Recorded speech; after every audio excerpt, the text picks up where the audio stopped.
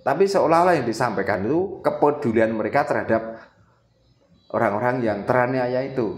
Padahal sudah tahu kalau itu teraniaya, ditambah lagi dianiaya lagi dengan mereka, dengan kekuatan dogma dan doktrin mereka.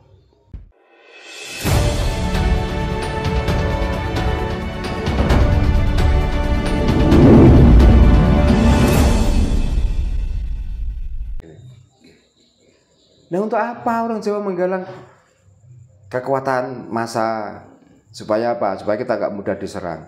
Untuk apa? Orang lain mau keluar-keluar membicarakan tentang ini dan itu. Yang penting kita tetap menjalankan ajaran Jawa. Kita tetap selalu eksis dengan Jawa. Kemenangan bukan berarti bersama-sama kok. Kemenangan adalah di hati kita masing-masing. Gitu loh. Jadi kita sudah tidak merasa direndahkan, kita tidak merasa dimusuhi. Kita sudah merasa hidup ini tenang dengan jalan kita sendiri, dengan kepercayaan kita sendiri. Itulah menang, itulah merdeka. Pak, sekarang kan banyak orang-orang kita yang sudah keblinger Pak Tarno. Kan kita semua tahu bahwa orang tua kita kan tajali dari Tuhan sebetulnya. Jadi kita wajib untuk mencium, menghormati, apalagi yang paling penting kan mencium tangan orang tua. Nah, saya ingat sebuah artikel Pak Tarno bahwa berebutlah mencium orang tuamu, jangan berebut mencium batu. Sekarang orang kan gitu Pak, daripada sungkem ke orang tua kan, apalagi sungkem pada cium tangan orang tua kan sekarang udah nggak ada. Tapi kalau untuk batu berebutan. Nah, itu kembali lagi kepada paham. Ya, makanya kenapa toh sekarang Jawa itu sudah banyak masuk ke konten. Ini sebenarnya hanya untuk meluruskan kalau bahasa Jawa. Kepengin jejekno barang sing bengkong. Kepengin ngencengno barang sing bengkong, kepengin ngelurusno kang lagi bengkok. Gitu loh. Nah, kenapa orang itu sekarang itu sudah banyak yang lebih penting mencium batu daripada tangan orang tua? Karena mulai dini, mulai kecil, ini sudah diajarkan paham yang salah. Makanya yang selalu dikerjakan salah paham. Gitu loh. Nah, orang-orang yang menjadi maklar salah paham itu ini bermunculan, ini banyak di Nusantara ini. Karena apa kok jadi maklar? Ya karena untungnya banyak dengan menyampaikan itu. Nggak peduli itu mau salah paham selamanya, mempelajari paham yang salah selamanya. Nggak urusan. Yang penting kan aku nggak harus menguras keringat, nggak harus bekerja keras, tapi aku mendapatkan uang banyak. Aku bisa beli ini, beli itu, bisa membangun rumah megah, ber-AC. Peduli amat dengan orang yang kalau dia mengkilat mobilnya, orang-orang yang mengkilat punggungnya dengan bertani, kepanasan dan lain sebagainya. Tapi seolah-olah yang disampaikan itu kepedulian mereka terhadap orang-orang yang teraniaya itu. Padahal sudah tahu kalau itu teraniaya, ditambah lagi dianiaya lagi dengan mereka, dengan kekuatan dogma dan doktrin mereka.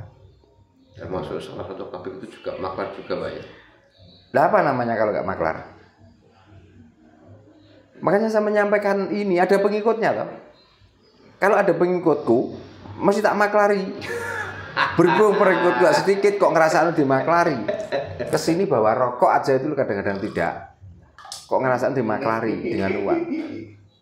Tapi kalau orang itu didogma dengan paham yang salah, lalu dia salah paham, tidak secara langsung, tapi bisa disiarkan di sini, di situ kalau datang yang namanya orang berilmu, supaya kamu mendapatkan berkah. Kalau perlu memberikan amplop itu jangan ada orang yang tahu. Karena apa? Kalau ada orang tahu ya malu dia. Gitu loh. Nah, dengan memberikan amplop yang tidak bisa dilihat oleh mata, namanya siri. Nah, dengan siri itulah yang akan mengantar kamu masuk surga. Kalau sudah didogma seperti itu, siapa yang nggak pengen? Lah yang didogmakan itu tidak ada. Apakah orang yang membicarakan tentang surga?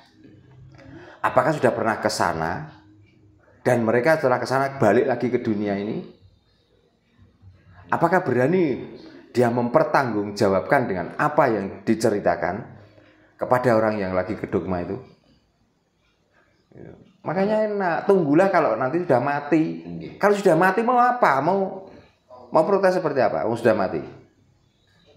Kan jelas nggak bisa. Makanya setiap ada balasan itu arahnya setelah mati. Itu loh. Apalagi sekarang itu. Kalau masih hidup ini sudah diberi kesempatan. Kalau kamu nggak nyampe ke sana, tak kembalikan uangmu. Modar bakal. Apalagi sekarang Pak, banyak makar-makar itu yang berani pasang tarif.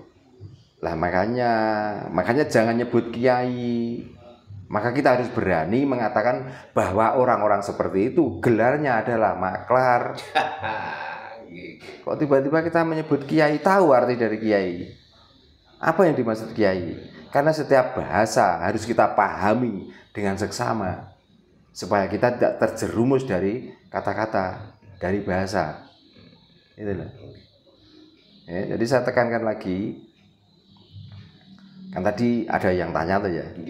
Ada yang tanya berarti itu ada seseorang yang kurang paham tentang apa yang ditanyakan itu. Ya. Maka pertanyaannya jangan diarahkan ke kiai. Ya. Kalau kiai ada kriterianya. Ya, jadi kalau orang yang ditanya seperti itu karena kepandaian mereka menyampaikan cerita, kepandaian mereka tentang dongeng, itu bukan kiai tapi itu maklar. Gitu. Pak, ini mungkin yang terakhir Pak, karena ada tamu juga. Saya juga sempat lihat videonya Bahasa Lama Pak. Siapa? Ustadz Khalid Bahasa Lama. Terkait haji. Dia ngomong, siapapun orangnya yang mau berangkat umroh dan haji yang berkesinambungan, dia akan diangkat dari jurang kemiskinan. Nah, itu pasti, saya jamin, saya sudah seperti itu.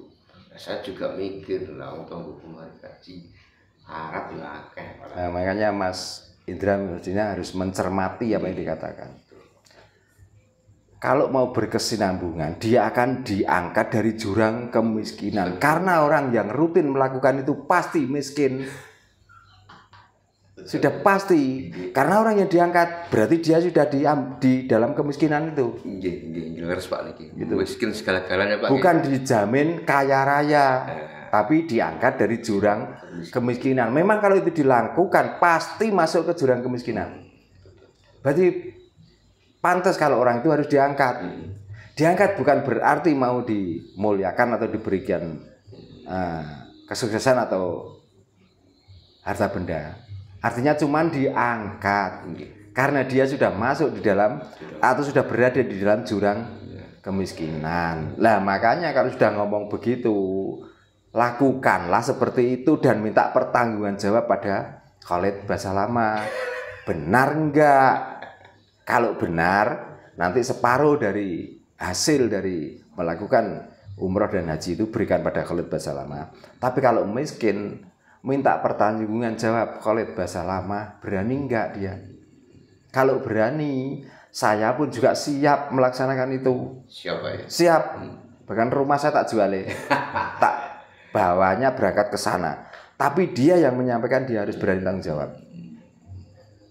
Nah ini kalau gak omongan maklar gak mungkin. Karena dengan menyampaikan itu dia pun juga dapat sebagian dari ongkos yang dibuat rekreasi ke sana itu.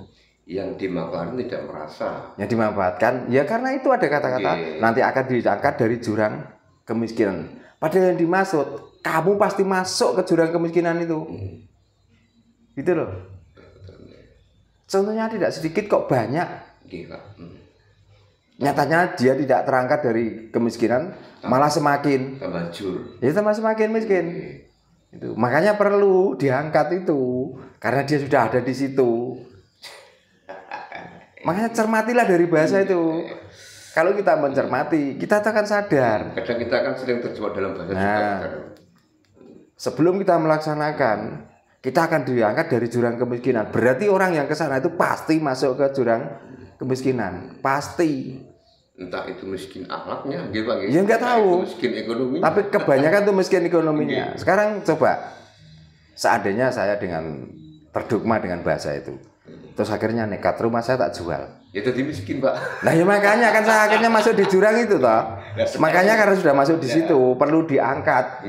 Cuman diangkat saja nggak akan diganti uangnya kok. Dan itu sekarang pun banyak korbannya juga loh Pak Darno. Nah makanya kita cermatilah dari bahasa per bahasa yang disampaikan. Gitu loh. Karena ini bahasa-bahasa siapa? Ini bahasa-bahasa maklar. Itu. Makanya yang sudah menjadi maklar teruskan. Nikmatilah menjadi maklar surga. Gitu. Nggih, matur sembah nuwun Pak Darno nggih. Nggih, sami-sami nggih, rayu.